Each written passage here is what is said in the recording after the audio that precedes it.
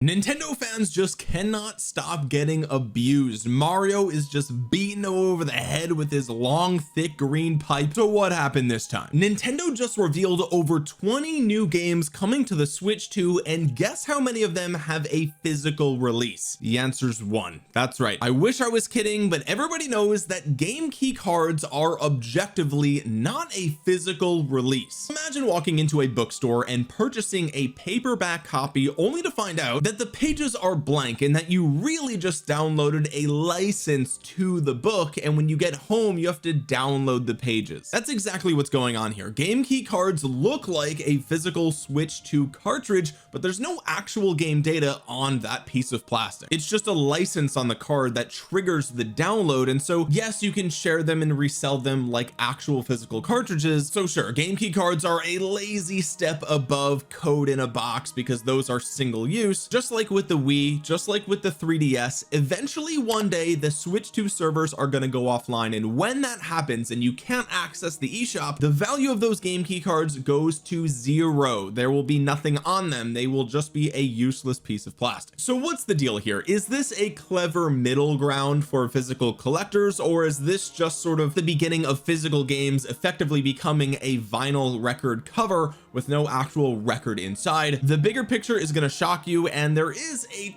tiny glimmer of hope, so let's jump right in. But first, what's going on, guys? Cheers. Now, if you guys don't know what I'm talking about here, we're talking about the partner direct. Okay, July 31st we saw a bunch of new Switch 2 games were revealed by third parties, and as you can see by this Nintendo Switch Reddit post, all of these games are going to either be game key cards or downloads, except for Hyrule Warriors Age of Imprisonment, which is apparently definitely going to be a physical cartridge. That would not surprise me. Hela is technically, or is it Hela? I don't know. Technically this is unknown, but this game in my opinion is either exclusively going to be a digital download, or it might get a game key card release if we are lucky. Persona 3 Reloaded, I don't know why this is in parentheses. This is definitely a game key card, and so this is everything that is confirmed. Okay, everything here is a game key card, which everyone has so far been upset about, but honestly should not shock anybody, because you knew it, I knew it, everyone knew it. This was the plan all along. Nintendo said this would happen. Third-party developers said this was happening. We're getting game key cards whether you like it or not, and this is disappointing for me, right? And later in the video I'm going to give you guys my thoughts and opinions on what I'm going to be doing specifically as a physical collector in response to this. Okay, because unfortunately the Switch 2 is a great console and it is portable, and so there's going to be games that come out that I would love to play portably. So I'm going to touch on what I'm going to do in those situations just for me. You guys can of course do whatever you want to do, but I was super disappointed by the PacMan World 2 one here. And again, I knew deep down, I knew it was going to be a game key card, right? I knew it, but this game just looked so good, and I was really hoping to get my hands on this as a physical copy, but nonetheless it is going to be a game key card. So why are we talking about this a few days later? Well, Nintendo recently released a survey asking for your openness to digital games and offers a chance to give feedback on Switch 2 game key cards. Now, they did this a few weeks ago, but the answers to the questionnaire were very unsatisfactory, right? It was kind of just like, it was almost a joke. It was almost like they weren't actually asking for your honest opinion here, but this time around is different. So the survey begins by Nintendo asking how many Switch games you've bought over the past year, and also interestingly how many Switch games you have resold after playing. In general, Nintendo asks, when it comes to games for a Nintendo Switch system,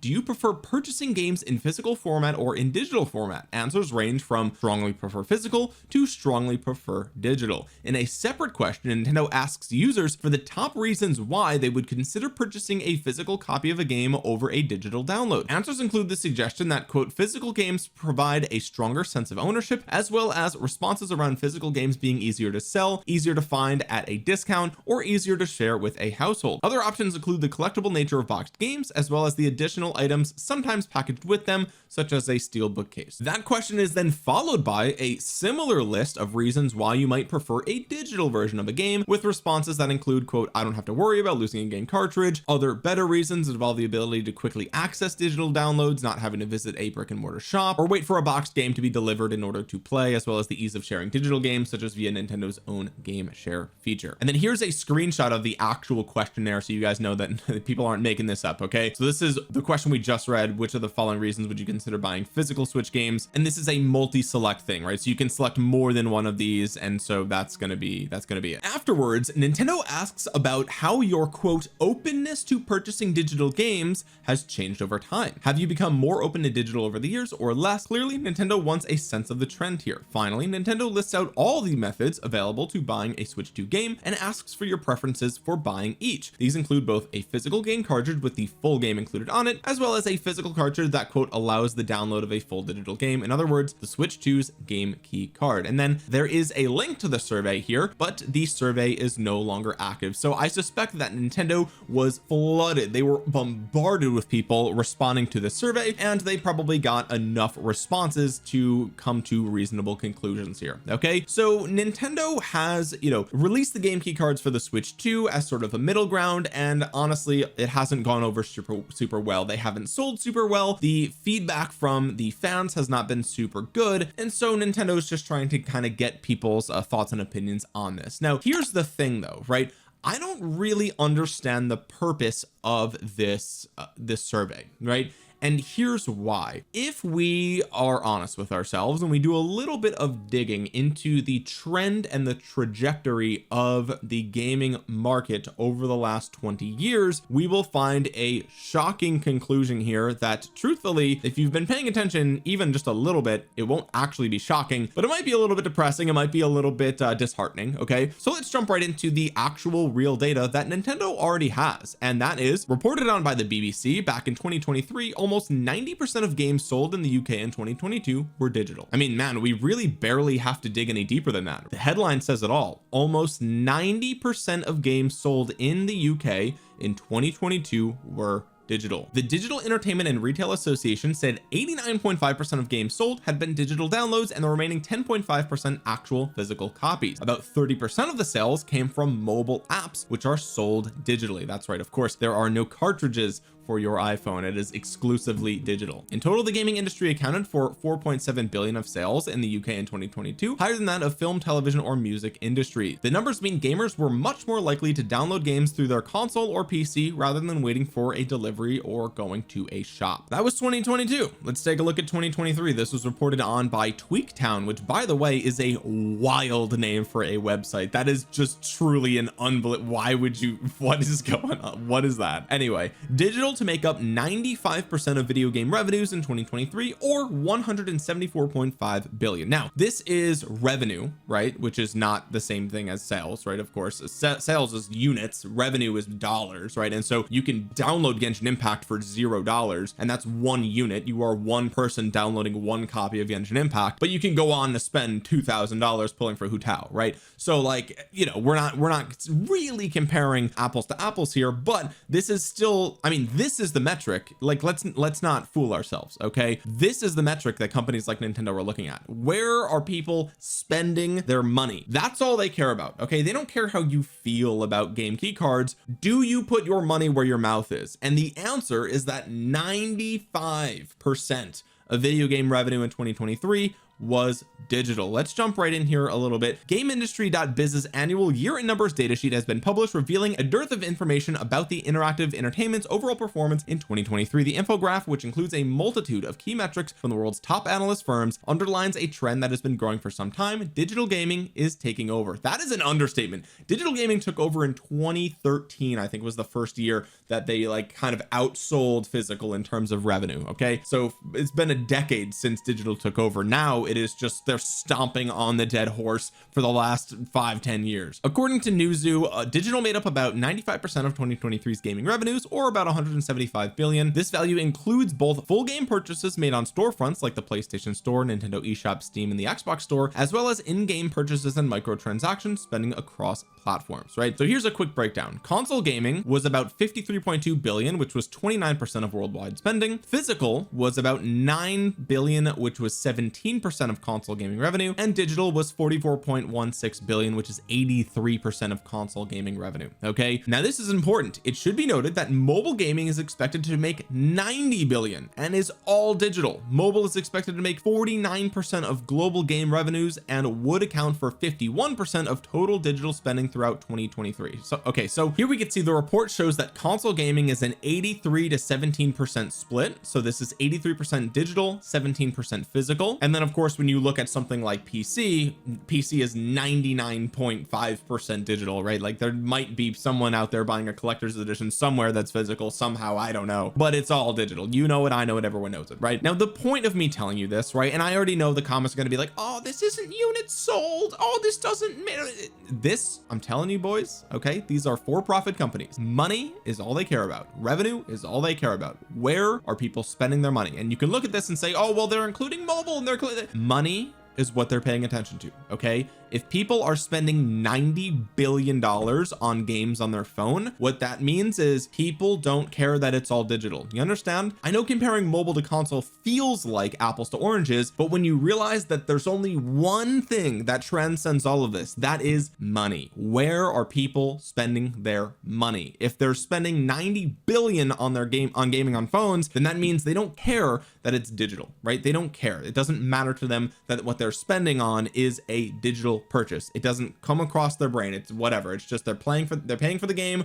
or the microtransaction or the whatever. And so Nintendo releasing this survey is honestly pretty surprising to me, because they don't need to do this survey, right? Just because people feel a certain type of way about physical games, game key cards or whatever, doesn't mean that's what they actually do with their money. People are spending billions and billions of dollars on digital games. That's the answer right there, open and shut case. So it's kind of nice of Nintendo to go out of their way to release this, even though on the back end they already have the data. They already know, right? They already know you don't care that it's physical versus digital, because most people don't care. Now let me be very clear here, okay? And this is my thoughts and opinions, all right? I do not like game key cards. I think they suck because they objectively suck. It is the worst of physical and it is the worst of digital, all combined into one amalgamation that appeases nobody, right? It's a trash medium. It doesn't make any sense. Okay, nobody's happy about game key cards. I have not bought any. I don't plan on buying any. Okay, that is my current thoughts and opinions. I want game key cards to fail. Okay, but at the same time, we live in reality. We have to set our expectations not based on what should be, not based on what we want it to be, not based on how we feel, but based on what is actually happening in the real world. And the answer is that, let's be generous here, over 85%. Can we just say that over 85% is digital? Okay, even if we're going to ignore this real data, which is actual real data, we can all agree that over 85% of purchases are digital. Okay, we can understand that. Okay, got it. So in a world where a vast majority of gaming revenue comes from digital, what makes people think that game key cards are going to go away? Now there's been online backlash, there's been, you know, Nintendo releasing this survey asking for opinions, but the truth is that 80 to 90% of people just do not care if the game is on the card. Okay, now you might say, oh well, you know, I care, but not enough to like make a purchase decision. Well, the answer is then you don't care. Like truthfully, like if you only feel a little bit strongly about it but you'll still buy a game key card, then you don't care, right? Truthfully, you genuinely do not care, right? You're willing to bend the knee for Nintendo's game key cards. Okay, so this is kind of where, you know, the survey is a glimmer of hope. It is, the survey is a glimmer of hope, but at the end of the day, the entire industry for the last, let's say 15 years, I would say around 2009 2010 is where things started to really shift towards digital. And then like I said, 2013 was about the point where revenues for digital kind of exceeded that of physical, and it's all been downhill for physical since then. You know it, I know it, everyone knows it. The physical game selection at places like Target, Walmart, Best Buy have been very limited. GameStop is struggling like never before. They've resorted to selling plushies and figures and coffee mugs and all sorts of other stuff because no one's buying physical games. They don't want to leave the house. It's too hot out, it's too cold out, it's raining, it's whatever, it's this, that, the other thing. They don't have it in stock. Why go over there, right? And so this is why I'm kind of black-pilled here, because the alternative to game key cards is not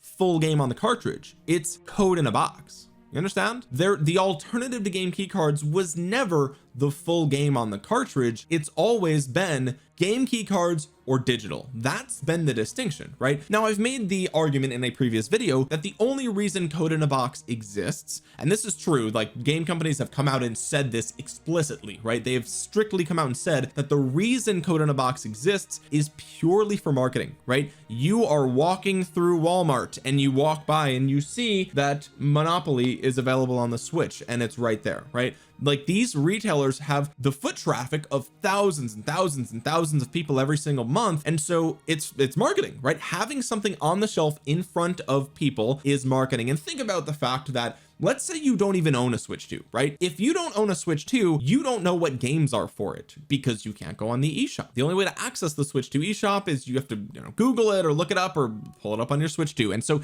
if you do not have a Switch 2, you do not know what games are available for it. So how are you, as a consumer not invested in the hardware, how are you supposed to know that there might be a game that you're interested in, right? Well, there's ads on Instagram and on Facebook, TikTok, Twitter, whatever. There's YouTube pre-roll ads and mid-roll ads and things like that. Like they can try to target you through, advertising, but another way that they can do that is provide something in front of you in your day-to-day life that you can see that reminds you, oh wow, they remastered the Spyro trilogy on the Switch. Like, man, I haven't played Spyro in so long, maybe I'll pick that up, right? That is, and again, I think it was Sony that literally came out and said that the reason code in a box exists is for discoverability purposes, right? The consumer that is completely uninvested, they have no idea what's going on in the gaming world because they have 2 kids, whatever, they walk by, they see Crash Bandicoot Insane Trilogy and they think, oh man, I remember playing that back in college, and they buy it, right? That's it. That is the pure reason for code in a box. And so there will, at least for the foreseeable future, the next couple of years, right, there will continue to be physical things on the shelf for that exclusive reason. But what's in the box, the companies don't really care, right? If people are buying it, great, but really what they're there for is for discoverability, right? And the truth is, people will buy it even if it is a code in the box. Why? Because 90% of global revenue in gaming is digital. People don't care that there's nothing in the box, right? It serves the purpose of, this is something you could buy today, take home today, you could play it today, right? That is the whole purpose of that, right? So again, the alternative to game key cards is not the full game on the cartridge. Should it be? Yes, it should be. I agree with you. I want it to be. I that is my hope and dream, right? But it's not. It's just objectively not, which sucks, right? The alternative to that is either code in a box or an all digital future. That is purely it. Okay. And so for me, what I'm going to do is I will be exclusively buying games on the Switch 2 that are full game on cartridge. And if there are any Switch 2 games that are game key cards that I really want to play on the Switch 2 for whatever reason, then I will either buy these game key cards secondhand or used. The reason for this is because if you're buying a game key card used from, let's say, GameStop or eBay or something like that, well, then that purchase is not going to Nintendo. Nintendo is not making money off of that purchase because they've already made their money on the front end with the sale from the original buyer. Whereas if I bought it brand new, then that's an additional sale to Nintendo, right? I don't want to give Nintendo additional sales for the game key cards. Okay, so in the future, if I absolutely must have it on the Switch 2 and it's a game key card, I will buy it used. That is my current plan for PacMan World 2, and honestly, I'm in no rush to buy this game. I've got plenty of other games. This is just purely, it piqued my interest purely as a remastered 3D platformer. It looks interesting. Everything else here I'm not interested in at all. Hyrule Warriors is cartridge. I will probably buy that. Everything else here I truthfully do not care about in the slightest. Okay, the other component of my strategy moving forward as a physical game buyer is that if the game exists on the PlayStation 5 and the full game is on the disc, I will be buying the game for the PS5 instead. So if there is a world where PacMan World 2 repack comes out for the PS5 in a physical release and it's fully on the disc,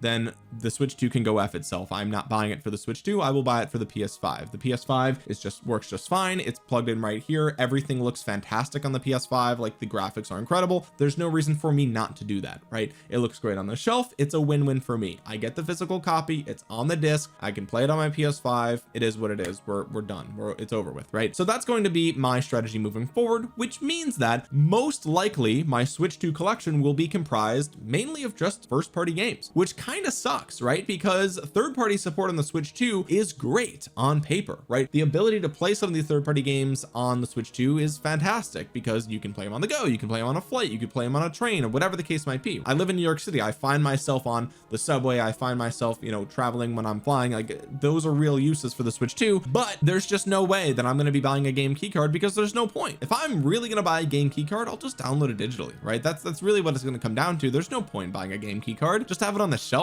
No, forget that. I'll buy the physical copy if it's on the cartridge, if it's on the disc, if it's on whatever, and if that means I have to buy it on the PS5, then Nintendo loses out on the sale. It is what it is. And you know, if that affects third-party content on the Switch 3, then so be it. But like, this is by Nintendo's design. This is Nintendo's, they've gone down this path. They've only offered one size cartridge to third parties or a game key card, which is just stupid. Like, that is an illogical strategy to take if what you want is to appease the physical release for third parties. And so the outcome is that I won't buy third party games on the Switch, and that's just it. As a consumer, that's what I'm going to do. Now the truth is, most people aren't going to care about this. Most people are just going to buy the game key cards and not even think about it, and it is what it is. They probably won't even realize, because think about it, right? Every game these days, when you pop it into your PS5, there's a download. The game has to install on the hard drive, so it's faster load speeds or whatever. So people are just used to having day one downloads anyway, so they're gonna pop in a game key card, not even know it, and it is what it is. Maybe later down the line they'll realize it was a game key card, but the truth is, people do not mind buying digital. They do not mind spending money on digital games. They do not mind spending money on microtransactions. And so the future is digital, really, and physical will be a niche little boutique thing that will hang on by a thread, whether it's in the form of game key cards or it's in the form of code in a box. That is probably the future, but at least Nintendo sees and is hearing the feedback, and there's a small glimmer of hope that maybe one day we will get physical third-party games on the full cartridge, and it won't be a massive expense for that third party. Anyway guys, that's gonna do it for today's video. If you're new here, drop a thumbs up on it. Really helps out the channel. Subscribe if you're new, and with that being said, thank you so much for watching. This has been Omniarch. I will talk to you guys again soon. Peace.